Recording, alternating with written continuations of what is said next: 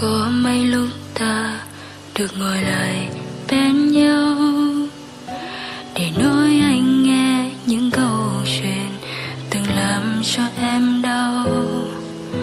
Cố gắng đôi môi để kể lý do tại sao như thế này. Tại sao anh ngồi nơi đây còn hồn anh bay. Thế giới bé thôi không to được bằng đôi mắt anh. Đừng khóc anh ơi, hãy để lên vai này em gánh vác thay. Ngày nắng quanh năm chẳng sao, mà ngày mưa chỉ một ngày. Chỉ một ngày mưa như thế mà anh đã vội buông tay.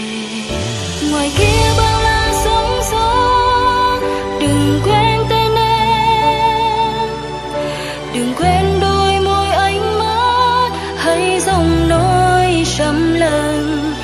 Vì người đàn ông em yêu mạnh mẽ vẫn luôn cười mỗi khi đau. Nếu yêu thêm người sau thì xin anh cũng đừng quên tên em. Và nên nhớ ai đã là người vượt qua bao thăng trầm, cùng anh đi qua bao khoảnh khắc để giờ này lại chia tay. Đâu đó phía cuối con đường kia, cứ mỗi đêm trời khuya nước mắt tuôn rơi hoài.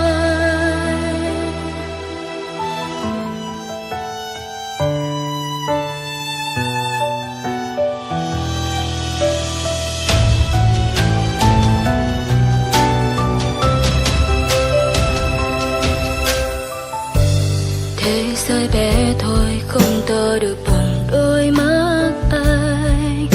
Đừng khóc anh ơi, hãy để lên vai này em gánh vác thay. Ngày nắng quanh năm chẳng sao, mà ngày mưa chỉ một ngày. Chỉ một ngày mưa